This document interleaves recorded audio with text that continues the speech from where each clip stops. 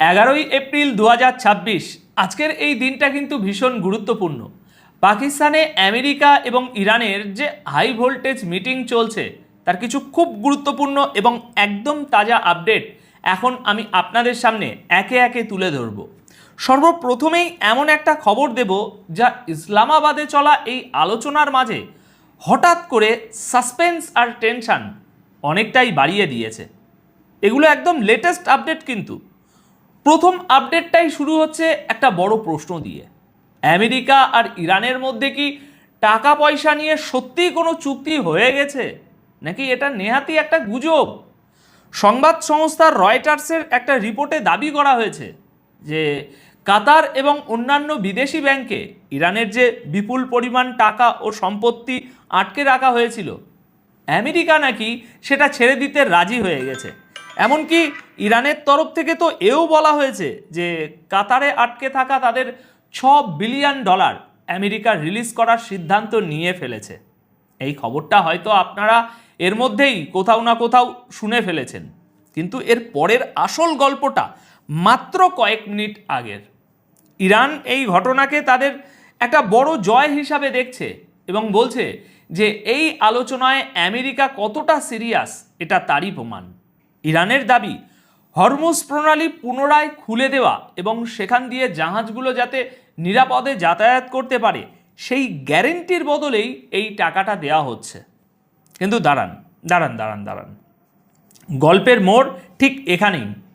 America এখন পরিষ্কার ঘোষণা করে দিয়েছে যে না, এমন কিছুই হচ্ছে না।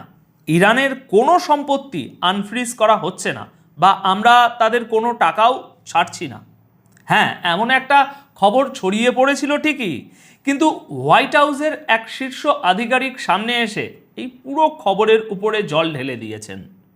মার্কিন আধিকারিক একদম স্পষ্ট ভাষায় জানিয়ে দিয়েছেন যে আমেরিকা ইরানের কোনো ফান্ড আনফ্রিজ করার সিদ্ধান্ত নেয়নি। যার টাকা যেখানে জমা আছে সেটা ঠিক সেভাবেই থাকবে। আজ বিকেল 5টা নাগাদ এই খবর আসে। আমেরিকা রয়টার্সের ওই রিপোর্টকে পুরোপুরি খারিজ করে দিয়েছে, যেখানে ইরানের সূত্র ধরে দাবি করা হচ্ছিল যে আমেরিকা নাকি ইরানের উপর থেকে সমস্ত নিষেধাজ্ঞা তুলে নিয়েছে। আপনাদের জানিয়ে রাখি, এই $6 বিলিয়ন হলো সেই টাকা যা 2018 সালে ডোনাল্ড ট্রাম্পের প্রথম মেয়াদের সময় দক্ষিণ কোরিয়ায় আটকে দেওয়া হয়েছিল। এখন আবার ট্রাম্প প্রশাসনের আমলে এই টাকা নিয়ে নতুন করে একে অপরকে দোষারোপ করা শুরু হয়েছে। ইরানের দিক থেকে খবর এলো যে আমেরিকা রাজি, নিষেধাজ্ঞা উঠে গেছে, টাকাও ছাড়া হচ্ছে আর তারা হরমুজ প্রণালী খুলে দেবে। উল্টো দিকে আমেরিকা বলল না, এমন কোনো কথাই হয়নি। এটা আপাতত বিকেল 5টা পর্যন্ত খবর। এরপর কিন্তু গল্পের মোড় যে কোনো দিকে ঘুরে যেতে পারে। এবার শুনুন দ্বিতীয় গুরুত্বপূর্ণ খবরটা, আর আমি আপনাদের সব খবরই একদম বিস্তারিতভাবে জানাচ্ছি। এই খবরটা ইসলামাবাদে চলা আলোচনাকে আরও বেশি হাই প্রোফাইল করে তুলেছে। পাকিস্তানের প্রধানমন্ত্রী শাহবাজ শরীফ আমেরিকার ভাইস প্রেসিডেন্ট জেডি ভ্যান্সের সাথে দেখা করেছেন। ইসলামাবাদে চলা এই হাই ভোল্টেজ মিটিংয়ের সাইড লাইনে এই বৈঠকটি হয়েছে। এই বৈঠকে জেডি ভ্যান্সের সাথে আমেরিকার স্পেশাল এনভয় স্টিভ উইটকফ এবং ডোনাল্ড ট্রাম্পের জামাই এবং এনভয় জ্যারেড কুশনারও উপস্থিত ছিলেন। এই মিটিংটা কতটা গুরুত্বপূর্ণ তার আন্দাজ আপনারা এই থেকেই করতে পারবেন যে পাকিস্তানের তরফ থেকে তাদের ডেপুটি প্রাইম মিনিস্টার ও বিদেশ মন্ত্রী এবং স্বরাষ্ট্রমন্ত্রী মহসিন নকভিও সেখানে উপস্থিত ছিলেন। পাকিস্তানের প্রধানমন্ত্রীর দপ্তরের বয়ান অনুযায়ী শাহবাজ শরীফ আশা প্রকাশ করেছেন যে এই আলোচনা গোটা অঞ্চলে একটা স্থায়ী শান্তি আনার ক্ষেত্রে একটা বড় পদক্ষেপ হিসাবে প্রমাণিত হবে।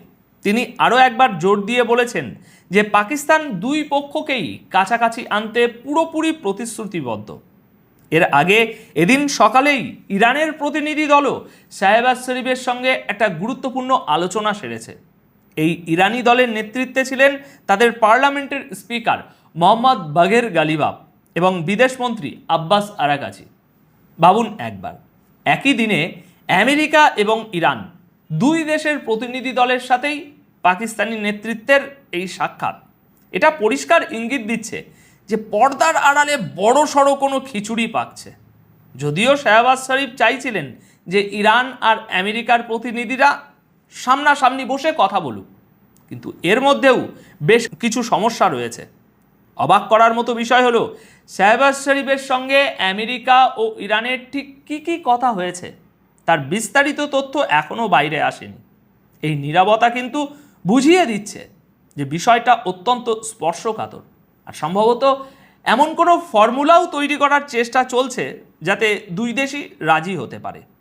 দেখুন, এখানে আমার নিজস্ব বিশ্লেষণ হলো শাহবাজ শরীফের জেডি ভ্যান্স এবং ইরানি প্রতিনিধি দলের সাথে আলাদাভাবে দেখা করা প্রমাণ করে যে পাকিস্তান এখন একটা ব্রিজ বা সেতুর কাজ করছে।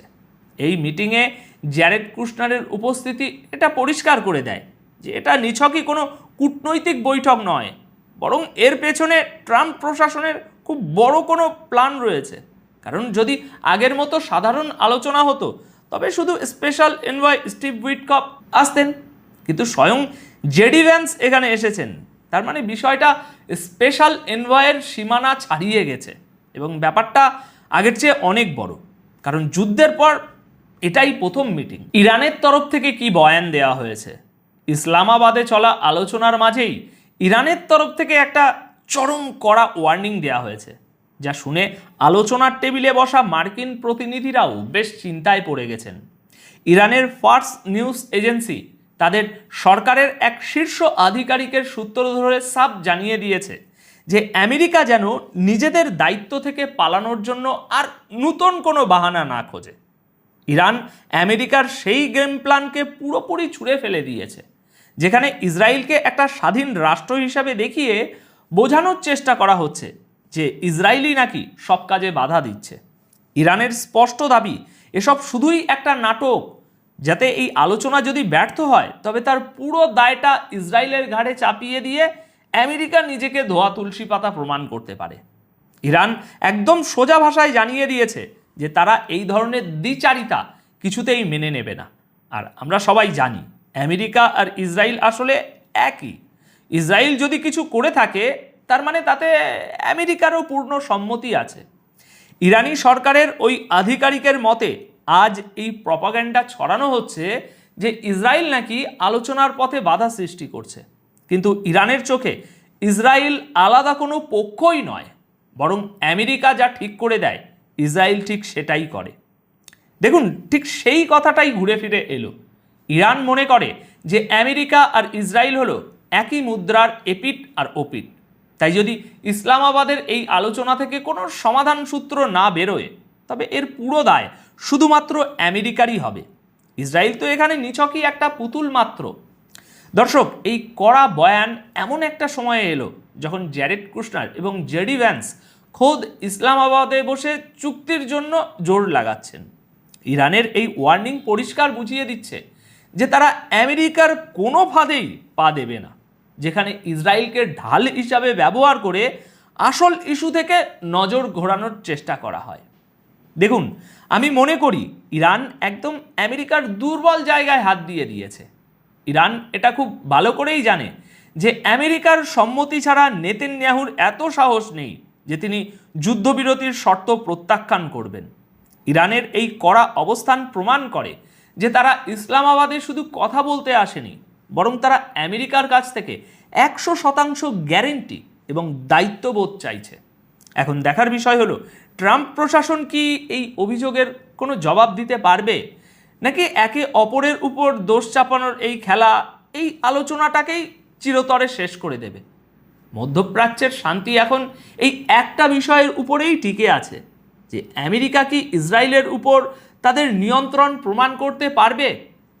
আচ্ছা, এবার এমন একটা খবর আপনাদের দেব যা শুনলে পরিষ্কার হয়ে যাবে যে ইসলামাবাদে চলা এই মিটিং সত্যিই কি শান্তির জন্য, নাকি এটা শুধু একে অপরকে দেওয়া হুমকির একটা তালিকা মাত্র।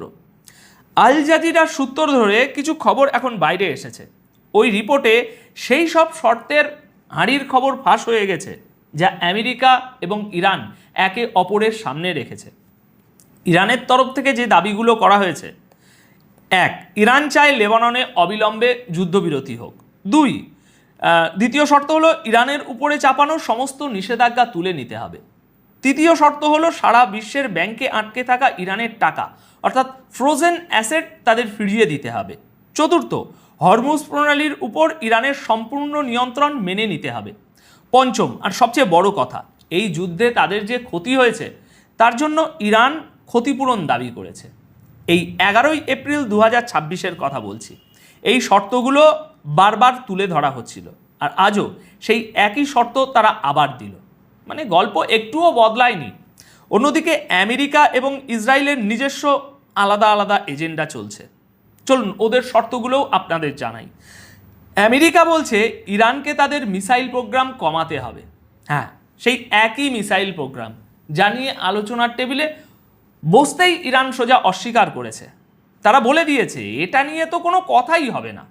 আমেরিকা নিষেধাজ্ঞায় কিছুটা ছাড় দিতে প্রস্তুত, কিন্তু সেটা তখনই দেবে যখন ইরান তাদের পরমাণু কর্মসূচির ক্ষেত্রে বড়সড় ছাড় দেবে।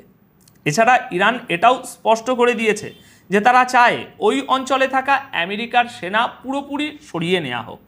এই শর্তগুলো দেখে তো ভাই একটাই কথা মনে হচ্ছে, যাকে আমরা বা আপনারা শান্তির আলোচনা ভাবছি, সেটা আসলে একে অপরকে দেওয়া কড়া আলটিমেটাম। কূটনীতি বা ডিপ্লোম্যাসি এখন শুধু এমন একটা টেবিল হয়ে দাঁড়িয়েছে যেখানে দুপক্ষই নিজেদের ইচ্ছেগুলো পড়ে শোনাচ্ছে, আর সেটাকেই আলোচনার নাম দিয়ে চালানো হচ্ছে। তো দর্শক, এই ছিল আজ বিকেল 5টা পর্যন্ত লেটেস্ট আপডেট। এগুলোই ছিল সবচেয়ে গুরুত্বপূর্ণ সর্বশেষ আপডেট। এরপর যদি গল্পের মোড় ঘোরে তার জন্য কিন্তু আমি দায়ী নই ভাই। আপনাদের কোনো অভিযোগ থাকলে সেটা সোজা আমেরিকা আর ইরানকে গিয়ে করবেন। গণমাধ্যমে, আন্তর্জাতিক গণমাধ্যমে যা যা আসছে সেই সমস্ত রিপোর্ট আমি আপনাদের সামনে তুলে ধরছি। এর মধ্যে কে ভুল, কে ঠিক, কে সত্য, কে মিথ্যে, এগুলো আপনারাই বিচার করবেন।